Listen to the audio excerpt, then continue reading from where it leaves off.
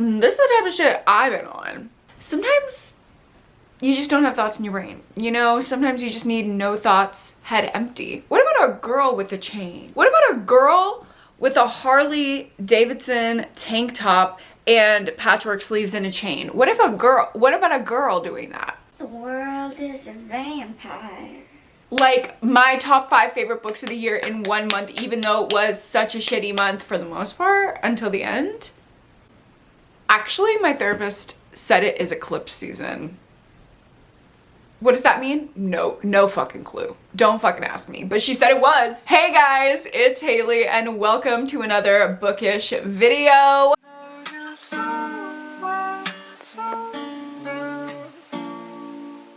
Today, we're going to be getting into my September wrap-up. I did not read as many books as I usually read in September. Actually, I read about half the amount I usually read because your girl has been going through it, and we're not going to talk about that. But we are going to talk about all the books I loved because although I didn't read that many, I did read really great books in September, and I cannot wait to share them with you. But before we get into my September wrap-up, I do want to thank the sponsor of today's video, which is Beducated. Beducated is an online platform or an app where you can take a ton of courses about sex and intimacy. It is so cool. Their mission is to bring sexual satisfaction and happiness in relationships to all different kinds of people, and I love that so much. I am recently getting back into the dating pool, and girls, I've been out of the game for 8 years, so I don't really know what I'm doing, to be honest. And Beducated is such a great help with that, especially as a queer person who was with a man for the past 8 years. There can be a lot of anxiety and just wondering how to explore sexuality in that way and be with female partners. Beducated is basically the perfect intersection of pleasure and fun and expert-backed education.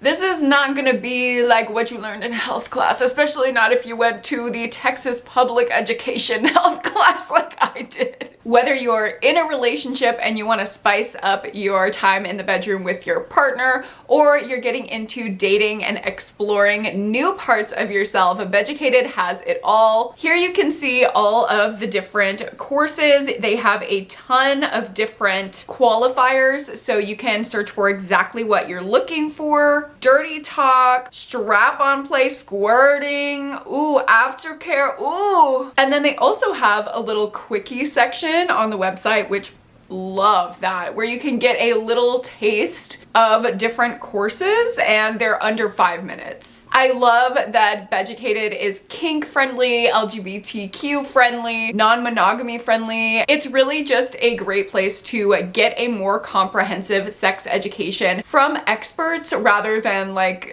posting on Reddit. So if you want to check out Beducated, you can use my link down below and apply my code for 40% off. If you use the code, which is just my name, Hailey Hughes, you can get 40% off of the yearly pass to Beducated. Or if you're not quite ready to commit, you can try it out with a 24-hour trial for free. And if you end up subscribing and you're not happy, it is completely risk-free. They have a 14-day money-back guarantee. But I don't think you'll need it because I think you will be totally satisfied with everything you could learn on Beducated. Thank you so much to Beducated for sponsoring this video, and now let's go ahead and get into the books. Starting off, as we always do, with my September stats. This month, I only read 9 books, although I did read some long ones in there. It was a total of 3,456 pages this month, and here is my mood breakdown.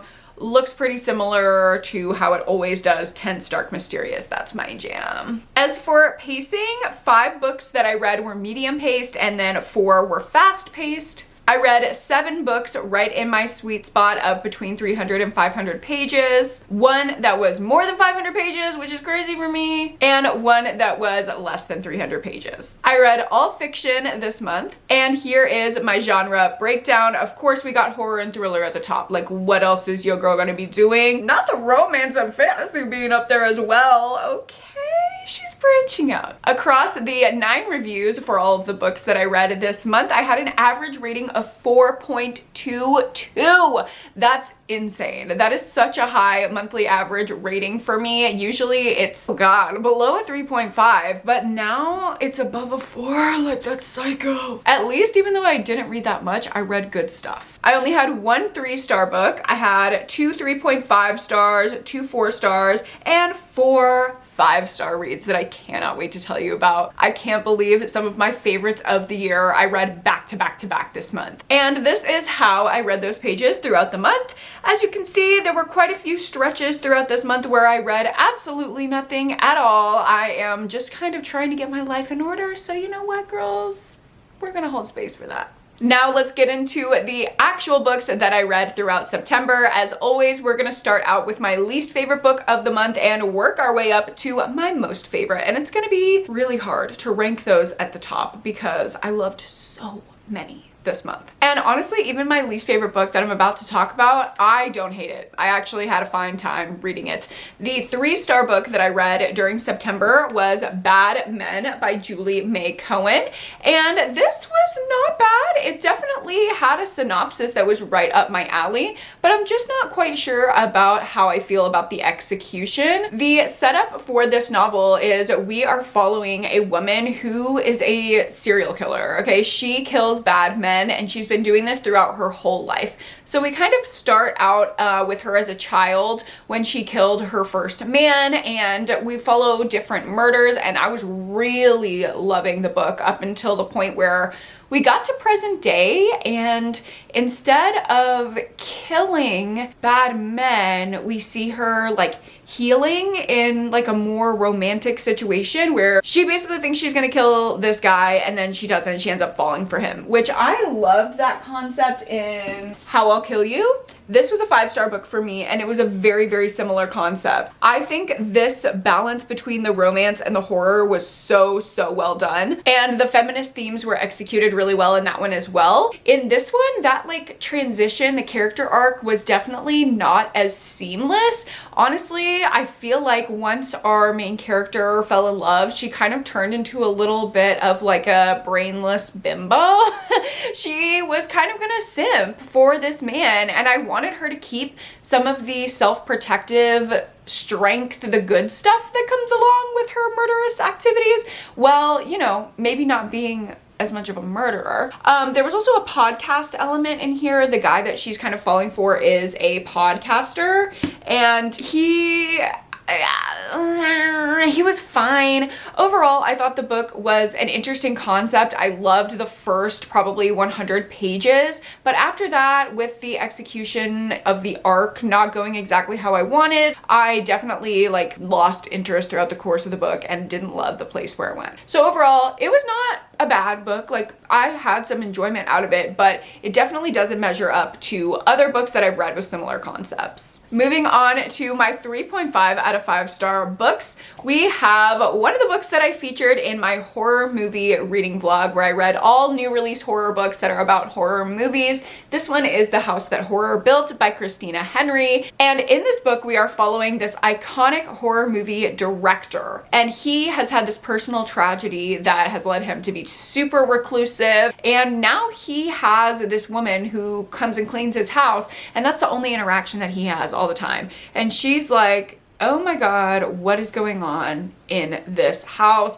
I feel like there's something going on with all the creepy props he has around. Maybe it's haunted. Maybe there's someone locked in a room somewhere who's living in the walls. Like, she doesn't know what's going on here, but she knows that there's more to the story with this iconic director. So we follow his perspective from the past and her perspective from the present as we are trying to figure out what is going on with this house, what is going on with the director himself, and we're also invested in the personal development of our female main character, the cleaning lady. And I really enjoyed the atmosphere of this story. I love the characters. The writing style is like so signature to Christina Henry, and I really enjoyed it. It was just easy to read. But my problems that kind of led me taking a star and a half off of this book come from the plotting and the pacing. Some things were a little bit confused and didn't quite make sense. It also had a very, very abrupt ending. I think if the ending was a little bit more fleshed out, I would have given this 4 stars, but it just didn't quite make it there. And the other 3.5 star book that I read in September is Iron Flame by Rebecca Yarros. This is the sequel to Fourth Wing, obviously. I do have a reading vlog of me going into spoilers about this entire book,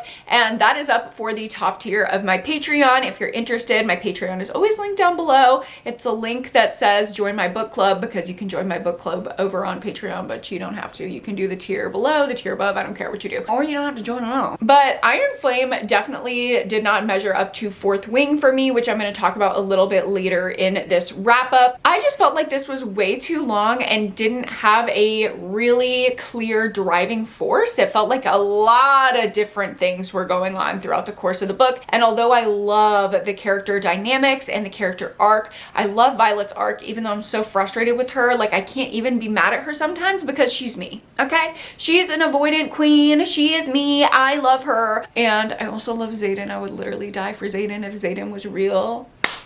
If Xaden was real, I'd be done. I'd be done. Like, no other man on planet Earth could possibly measure up to my emotionally aware king, Mr. Xaden. I love him. Also, like, he's a little evil. A little evil in public, and then behind closed doors, he's like a baby. Like, that's my man. I thought Iron Flame was fine because I got through it with the character dynamics, but if I didn't feel as strongly about the characters, I wouldn't give a shit about the plot. Okay, I don't care if the wards are falling. Like, I'm just gonna be real, that was the dumbest driving force that could ever happen. Even if there were some really great scenes in here, the thing that was driving the book was not interesting to me, so 3.5. Next up, let's get into my 4-star books, starting out with Appetite for Innocence by Lucinda Berry. This is a kidnapping thriller about 3 girls who were kidnapped by this man and held in the basement for these years. We follow them from their attack to their escape, and then the aftermath of the escape, and kind of like how the trauma impacted different girls very, very differently. I love the way that Lucinda Berry really goes into the different responses that people can have to a same trauma. I think there's a lot of awareness in the mental health rep in this book. I have read some kidnapping thrillers that I liked a little bit better. This one was a little bit slower, and definitely the pacing was impacted by the quality of the mental health rep, which I'm not really mad about, but it didn't give me the thrilling, like super on the edge of my seat feeling that I got from something like Still Beating, for example, by Jennifer Hartman, or Good Girl by Mary Kubica. But it was significantly darker than those books, and there were a lot of interesting elements touched on in here that I thought just made the plot a little bit more unique. I love Lucinda Berry's writing style, and overall, I mean, it's good. If you like kidnapping thrillers, you're probably gonna like Appetite for Innocence. Just do be aware of intense trigger warnings going in. And the other 4-star book that I read in the month of September was also a thriller, and that is Bathhouse by PJ Vernon. I have been wanting to read this one for so long. I'm so happy I finally got around to it, especially because there is some iconic gay representation in this book, and we love a gay thriller. Why are there not more gay thrillers? We have queer horror, okay, that's a thing, but gay thrillers, like, where are they? We need more. If you are a thriller author out there, please write a gay thriller. Please just give me a rich people drama gay thriller, because that's kind of what this is. We're following this very wealthy married couple, and one of the husbands ends up going to a bathhouse behind his husband's back, and he actually has a very, very traumatic situation happen to him there. There's actually an assault and an attempt on his life. So again, huge trigger warnings for this book as well, especially in regards to sexual assault. But of course, he can't really pursue charges against this person who hurt him, because then he would have to tell his husband that he went to the bathhouse and everything that happened there. So it creates this kind of moral dilemma, morally gray, cat and mouse blackmail kind of thriller plot that was so interesting. Honestly, I ate this book up. I binged it in less than 24 hours because I was obsessed from page one. The dynamics between the characters are so intimate, so interesting. You can tell the author really, really thought about who these people are. And I love a thriller where the characters are not just throwaway, they're actually fleshed out. I definitely felt that in this book, and the plot was up to snuff as well. I didn't really get a 5-star feeling from this book, and again, y'all know I love a really fleshed out ending. This ending was a little abrupt for me. But other than those couple factors, I absolutely love it. I enjoyed it so much. It's a 4-star solid thriller that I would highly recommend, especially if you want some gay rep in your books. Finally, we get to get into my best books of the month, and honestly, these are some of my best books of the year. Do not be surprised when you see these on my best of 2024 list come December. Of course, we have to start out with Fourth Wing. What's going on? What's going on? Is anyone surprised? I'm surprised. I didn't think I was gonna like this much. Girl, when I read this, I was like, fuck Throne of Glass. Like, I'm sorry. I thought I enjoyed Throne of Glass, but this was so much better to me. And I'm only directly comparing them because those are the two fantasy series that I've read this year as I'm trying to get more into fantasy. Yeah, I absolutely loved Fourth Wing, and I have an entire spoiler-filled reading vlog on it. If you missed it, I will link it up above and down below. You can hear my full spoilery thoughts because I loved it so much. But if you don't know anything about Fourth Wing, which don't be ashamed, girl. I know it seems like it's all the rage, but I had no idea what this was about going in. This is about Violet Sorrengail, okay? And she has trained her whole life to be a scribe. In this kingdom, she wants to be a scribe, like a historian, a record keeper, or whatever. She wants to work in the archives of the library and just be a little cute little library mouse girl. Her mother is like the overseer of the dragon riders in this country, and her mother's like, surprise bitch, you're gonna be a dragon rider. Like, no daughter of mine will be a scribe. Good luck.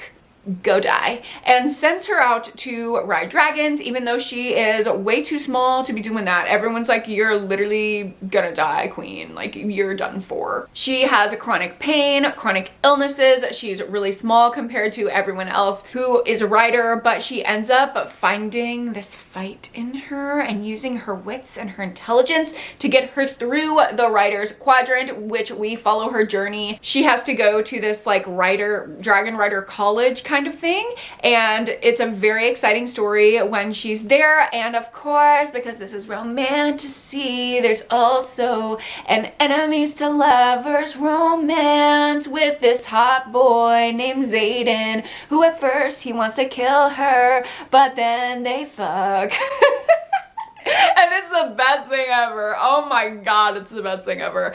I like have no notes. I love this book so much. It was pure fantastical fun, and now I have a dragon tattoo. It's actually technically a wyvern because I think wyverns are cuter than dragons. Fourth Wing universe, that's not so great. Throne of Glass universe, that's really great. But yeah, I love a little wyvern. So here she is, my girl. Really, this was inspired just by me allowing myself to get into fantasy, but definitely Fourth Wing has a part in this. Next up, we have my top 3 books of the month, and I read them one after the other, and at each time that I read these books, like when I read the first one, I was like, oh, this is my best book of the year. And then I read the next one, I was like, oh, just kidding, this is my best book of the year. And then I read the next one and I was like, wait, just fucking kidding, this is probably the best book of my life. So I love these books so much and I highly recommend them. Let's start out with Horror Movie by Paul Tremblay. This book is a total fucking trip. It messes with time, it messes with perception, it messes with personhood, and we are basically following the remaking of a movie that's like this cult classic film that was never actually released.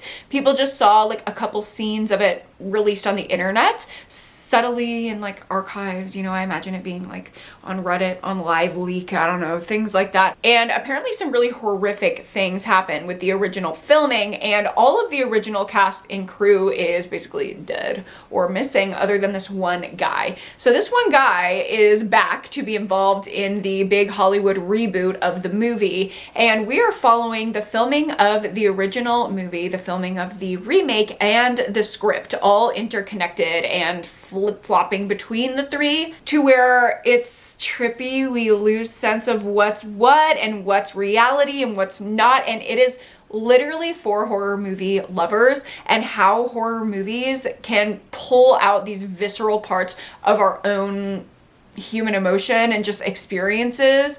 I fucking loved it. I loved everything about it. The whole book felt like this trip that I could not get enough of. The audio for it is fucking amazing. I used the audio along with reading the book, and it was the best experience. It felt like I was losing my mind in space and time, and I love when a book gives me that kind of a visceral experience. I know that this book will not be for everyone, but if you're a weird horror movie loving girl, you're going to eat this up like I did. 5 stars, easy. Then after that, in the same vlog, I picked up How to Make a Horror Movie and Survive by Craig DeLuey, and I like this one even more. Didn't think it was possible, but I freaking fell in love with this book. I was taking pictures of so many passages, annotating it. Oh my god, I highlighted so many things in here. I freaking love this book. We're following a guy who makes horror movies, but he's not really making what he wants to make. Okay, he's making like the Friday the 13th dumbass slashers that have 5 sequels to them, and he's like, literally fuck this. I want to express myself through horror in an authentic way. And he comes across this camera, which was used to film a horror movie where this horrible accident happened during the filming and killed the entire cast and crew. And he's like, this camera is vexed, okay? Something's going on with this camera. But he gets attached to it, and he says he's gonna use it to make his new movie that actually honors what he wants to do within the horror genre. We are also following his final girl that he casts in the movie. She is this up-and-coming scream queen who gets her big break, and I love everything about this book. It is a love letter to horror movies and horror movie lovers, and yes, it's a very, very exciting plot that is driven with quirky characters and twists and turns, and I ate it up. Deeper than that, there's so much intimate meaning in this book about what it's like to see yourself within the context of horror, if that makes sense. Like, we all have something we attach ourselves to, whether it's the monster or the final girl or the bad girl that gets killed first, and all of these different tropes have different identity pieces to them, and I just really appreciated that conversation interweaved into a really exciting plot. It was the perfect balance. This is the type of horror book I want to read all the time. I fucking loved it. It was so, so good. Craig DeLuey, I love you. And I just got lipstick on my book, and now it's mine forever. I know some of y'all get really mad when I like kind of fuck up my books. Like, sometimes I rip them, I fold the pages, I kiss them. See, now it's mine forever. And if you're triggered by that, I don't care. It's not your fucking book, it's mine. Like, no one's ever gonna have this book. This is one of my new favorite books, so it's mine, and I get to do whatever I want with it. And guess what? I wanted to kiss it, so fuck you. Now we are on to my last book. This is not only my favorite book of the month, this is my favorite book of the year. And I'm sure y'all can guess what it is. Rachel Harrison, you've done it again. Rachel Harrison, you've done it again. I think this woman understands parts of my brain before I even understand these parts of my brain. I don't know how she does it, but she's constantly reading my mind, constantly raising the bar for us all. Spectacular, amazing, fucking phenomenal. I love her. And this is her new release that just came out this past month. So Thirsty. It is about 2 girly pops who are best friends, and they are going on this getaway to a cabin in the woods. One of our main characters is kind of like a people pleaser. She's quiet. She kind of submits to her husband in a lot of ways. And then our other main character is her like bisexual, crazy, chaotic, flighty, avoidant, over-the-top best friend. And they're both having troubles in the relationships with their male partners, but they're kind of escaping all of that mess with their men to connect with each other as besties. And on this trip, they end up getting into some shit. They meet a mysterious man at a bar, and they end up going to hang out with him and his friends, and surprise, it's a vampire orgy, and they get turned into vampires, and it goes from there.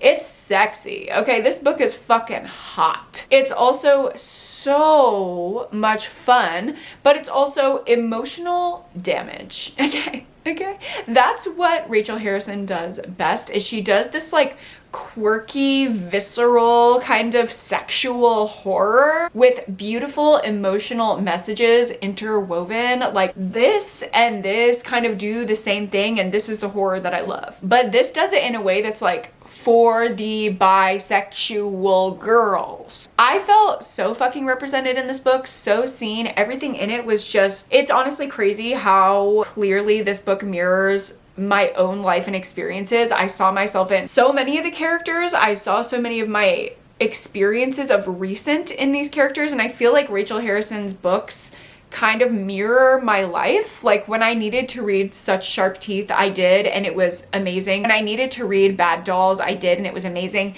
And exactly when I needed to read So Thirsty, I did, and it was fucking incredible. Like, I love her. I would die for her. If you like anything similar to me, if our tastes overlap at all, you have to read this book. It is truly incredible. And that is going to be it for my September wrap up. I hope you guys enjoyed hearing about the 9 books that I read this month. And I hope you guys will check out Beducated down below. Get 40% off of your yearly pass with my code Hailey Hughes. And of course, if you like this video, don't forget to give it a like and subscribe to my channel if you haven't already. You can find so much cool, fun stuff over on Patreon. You can join my book club. That's all linked down below. And don't forget to go to therapy and read a book this week, queen or king, or non-binary royalty. Love you so much, and I will see you in my next video. Bye!